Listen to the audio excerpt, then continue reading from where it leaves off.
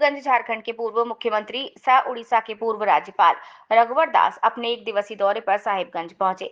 इस दौरान रघुवर दास ने सर्वप्रथम बरहेट स्थित शहीद सिद्धू कानू के जन्मस्थली भोगनाडीह पहुंचकर शहीद के वंशज से मुलाकात की और शहीद की प्रतिमा पर माल्यार्पण किया।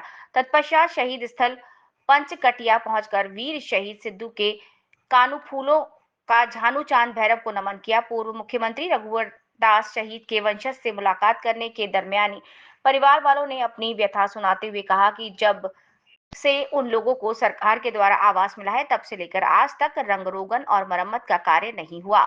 इसके अलावा अब भी लगभग 7 से 8 वंशज परिवार को अब तक आवास मुहैया नहीं कराया गया।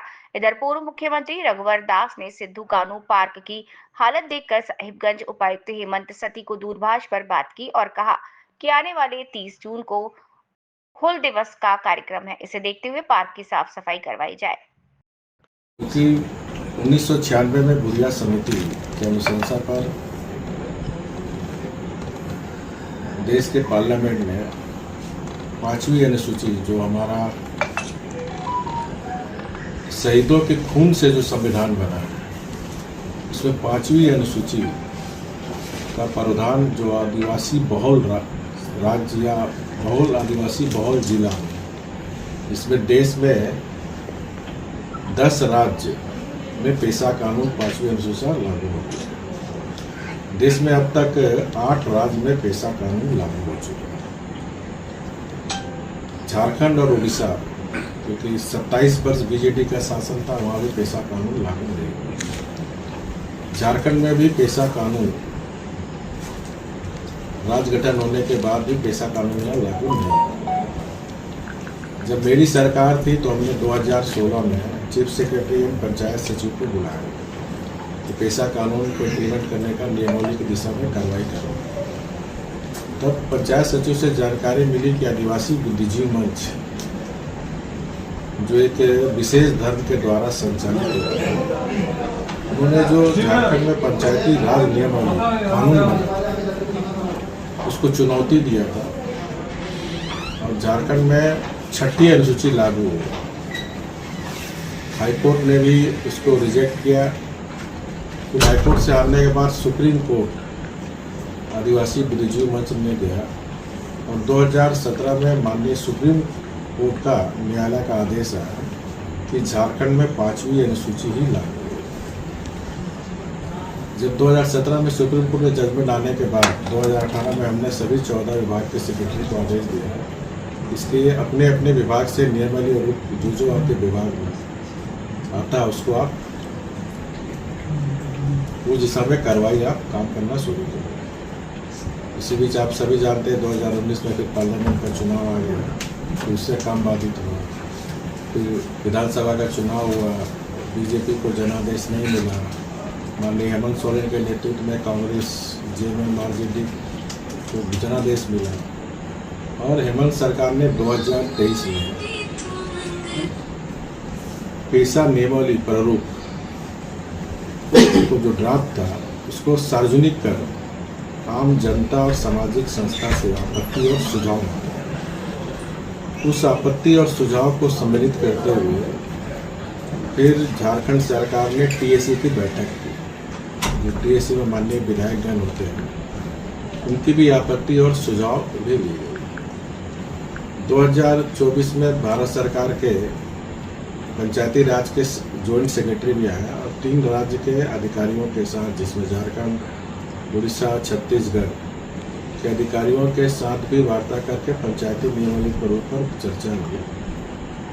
उसके बाद पंचायती राज विभाग हेमंत सोरेन सरकार की जो आपत्ति सुझाव को सम्मिलित करते हुए पंचायती नियमावली प्रारूप को विधि विभाग का मंतव्य के लिए भेजा। एडवोकेट जनरल और विधि विभाग ने मंतव्य दिया कि जो पेशा नियमावली का प्रारूप है वो सुप्रीम कोर्ट, हाई कोर्ट के अनुसार बनी है, इसलिए इसको अप्रूवल दिया जा सकता है। और तब से झारखंड के जो हमारा जनजाति समाज है, जो हमारा झारखंडी जनता है, वो पेशा कानून लागू करने का इंतजार में थे। तो इसको सिर्फ कैबिनेट में लाना है और पेशा कानून को 13 जिला 112 प्रखंड में लागू करना है। लेकिन ये सरकार, मैं नहीं समझता था कि हेमंत सोरेन इतना कमजोर सरकार होगी, इतनी असहाय सरकार। अगर माननीय मुख्यमंत्री का सरकार में नहीं चलता है तभी तो ये पेशा कानून लागू नहीं होगा। अगर मुख्यमंत्री का चलता है तो या तो फिर किसके दबाव में पेशा कानून लागू नहीं होगा। झारखंड की जनता यही जानना चाहती है। और इस पेशा कानून लागू होने से जो हमारे वीर शहीदों ने जो देश के लिए, आज़ादी के लिए, अपना देश के लिए कल्पना की थी, और भारत का संविधान का 13वां संशोधन, ये त्रिय संसद, विधानसभा और ग्राम सभा की जो परिकल्पना थी, उसी परिकल्पना के तहत 5वीं अनुसूची में ये जो हमारी रूढ़िवादी व्यवस्था है, 13 जिला और 112 प्रखंड, जैसे संथाल में माझी परगना, जोग माझी, इनको वो अध्यक्ष बनेंगे ग्राम सभा। उसी तरह आपका लोअर दरगाह गुमला में आपका पहाड़ राजा बनेगा, कोल्हान में मानकी और मुंडा बनेगा। इस जिले में जो पंचायत चुनाव के द्वारा जो मुखिया बने या जिला परिषद सदस्य, उस कार्यकारिणी का मेंबर रहेंगे। और फ्यूचर में जब पंचायत चुनाव होंगे तो इस 113 जिला में 112 प्रखंड में पंचायत चुनाव नहीं होंगे। रूढ़िवादी व्यवस्था ही पेशा कानून के तहत काम होगा। और इस पेशा कानून लागू होने से ये जो हमारा जनजाति समाज का गांव है, उसका आर्थिक विकास हो, क्योंकि इसमें कानूनी अधिकार मिलेंगे स्वशासन का। जैसे लघु खनिज निगम, जो छोटे छोटे हैं, जैसे बालू का आप नीलामी का काम करने का काम करेगा एक ग्राम सभा।